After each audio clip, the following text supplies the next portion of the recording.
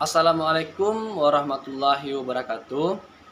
Baiklah, bertemu lagi dengan saya Hendri Tiawarman dengan NIM 19042063. Baiklah, di video kali ini kita akan membahas mengenai governansi sebagai proyek bersifat teknologi, hambatan utama pada e-governance, serta konsep governability dan tata kelola e-public dalam mata kuliah governansi digital.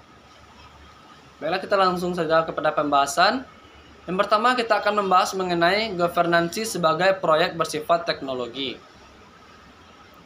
Pengelolaan teknologi informasi, pemerintah atau lazim disebut dengan e-governance, diharapkan akan membuat masyarakat dan pemerintah mampu berkomunikasi lebih efektif, murah, dan lebih baik.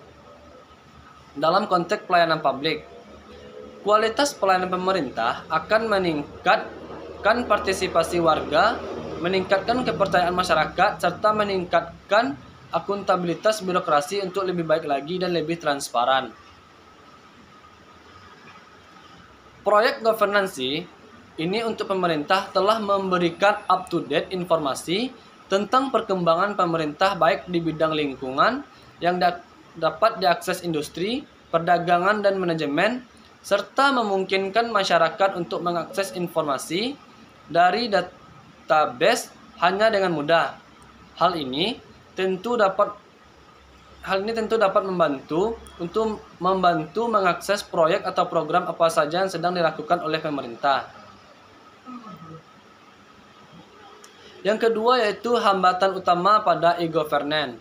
Secara faktual, pelaksanaan e-government di Indonesia masih dinilai sebagai proyek yang hanya dengan cukup atas pemikiran website tanpa peduli pada optimalisasi pemanfaatan e-governance. Maka dari itu, perlu dilihat variabel apa saja yang belum memberikan dampak yang signifikan bagi peningkatan efisiensi, efektivitas, dan produktivitas pemerintah. E-government di Indonesia mulai dilirik sejak tahun 2001, yaitu sejak munculnya Instruksi Presiden Nomor 6 Tahun 2001 pada tanggal 24 April 2021 tentang telematika, yaitu telekomunikasi, media, dan informatika, yang menyatakan bahwa aparat pemerintah harus menggunakan teknologi telematika untuk mendukung good governance dan mempercepat proses demokrasi. Namun, dalam penjalanannya, inisiatif pemerintah pusat tidak mendapat dukungan serta respon dari segenap pemangku kepentingan pemerintah, yaitu ditandai dengan pemanfaatan teknologi informasi yang belum maksimal. Selanjutnya itu hambatan utama adalah kurangnya kepemimpinan dalam kelembagaan teknologi informasi. Kemampuan ini diperlukan untuk memanfaatkan teknologi informasi sebagai strategi pembangunan.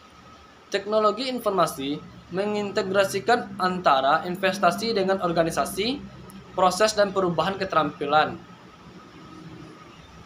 Yang ketiga yaitu konsep governmentality. Konsep governmentality yaitu penundukan yang dilakukan secara hegemonik sebagai mekanisme normalisasi relasi dominasi.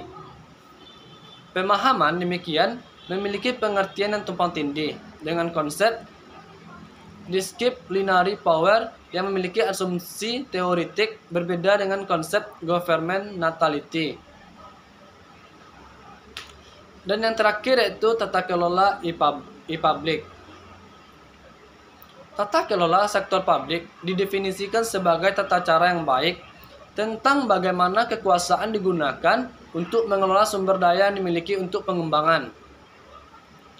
Asas-asas dalam tata kelola sektor publik didefinisikan sebagai berikut.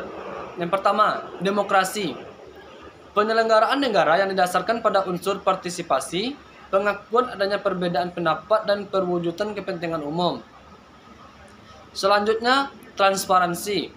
Transparansi mengandung unsur pengungkapan dan penyediaan informasi yang memadai dan mudah diakses oleh pemangku kepentingan.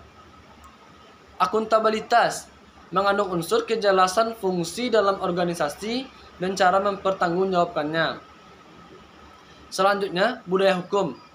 Budaya hukum mengandung unsur penegakan hukum secara tegas tanpa pandang bulu, dan ketaatan terhadap hukum oleh masyarakat berdasarkan kesadaran.